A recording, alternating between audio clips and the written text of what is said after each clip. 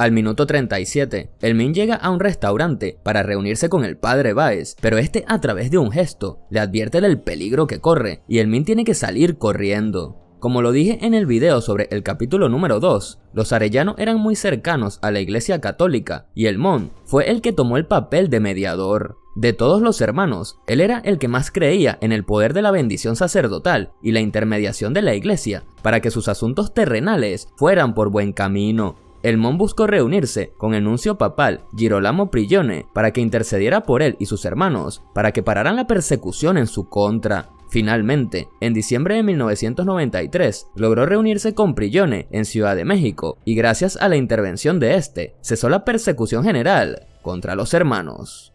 Ahora, lo que no es verdad es que un miembro de la iglesia haya vendido a alguno de los hermanos. Incluso en la reunión que mencioné anteriormente, a Prigione se le pidió que permitiera que le pusieran los ganchos al Mon, pero este se negó y dijo que en ese momento el Mon se encontraba bajo su protección y que la nunciatura apostólica era territorio del Estado Vaticano. En cuanto a lo que ocurre al minuto 38, donde el Min tiene que salir corriendo, nada de esto ocurrió en la vida real. Sin embargo, voy a contarte cómo fue la vida del Min luego de lo ocurrido en el aeropuerto de Guadalajara.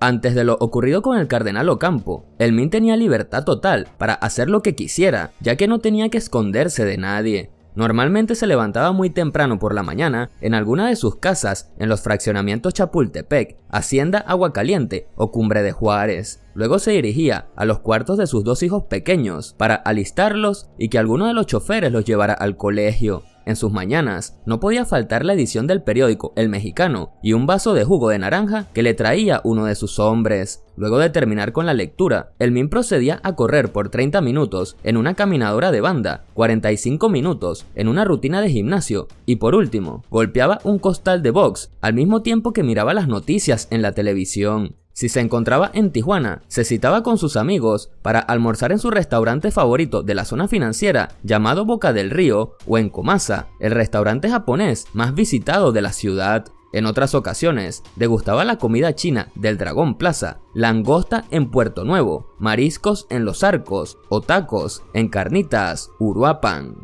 Pero todo esto pasó a ser tan solo un bonito recuerdo, ya que luego de lo ocurrido en el aeropuerto de Guadalajara, el Min fue señalado como uno de los responsables. Televisoras nacionales y extranjeras publicaron una foto suya donde vestía una playera negra y una cadena de oro, y otra donde posaba junto a su familia en un brindis navideño.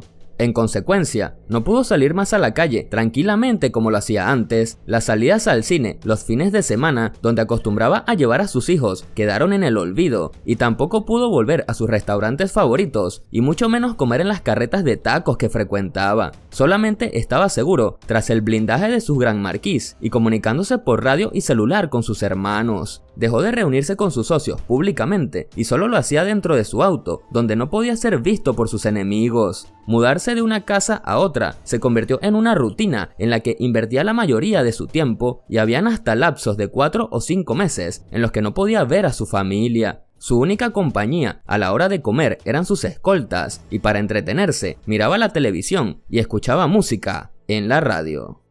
¿Quién nos va a ayudar, Pues la iglesia.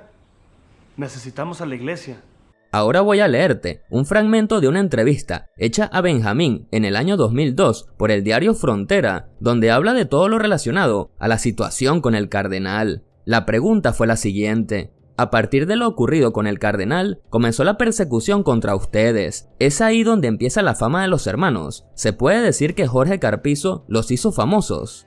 De cierta forma sí. Cuando Carpizo sacó Nintendo, nadie se lo creyó, nadie relacionado a lo crítico que pueda haber cerca de él, ya sea escritores o licenciados. Entonces él quiso comprobar que habían sido los hermanos lo del cardenal. Quiso presionar. ¿Cómo? Tratando de decir que ya agarraron a estos, ya agarraron al otro, pero todo se quedó ahí en la nada. Y pues nos hizo famosos porque no nos pudo detener, porque si nos hubiera detenido y nos mete, pues nadie nos hubiera nombrado nunca. Desde entonces empezamos a huir nosotros, no a trabajar, porque no podíamos si teníamos a todo el gobierno encima. ¿Cómo íbamos a trabajar con el gobierno encima? Está fuera de lógica lo que dicen de uno. Si está acusado por el gobierno, no estás en combinación con el gobierno o estás en contra del gobierno. No puedes estar en las dos cosas. A nosotros nos querían meter al bote, andaban tras nosotros. Entonces, ¿Cómo podían decir que trabajábamos en el...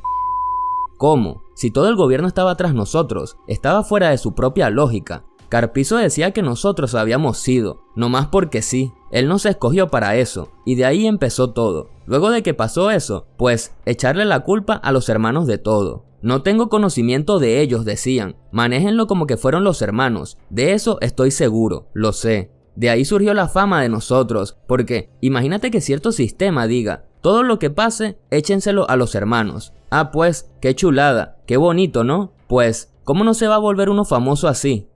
Más adelante, haré un video con toda esta entrevista hecha en el año 2002 al Min.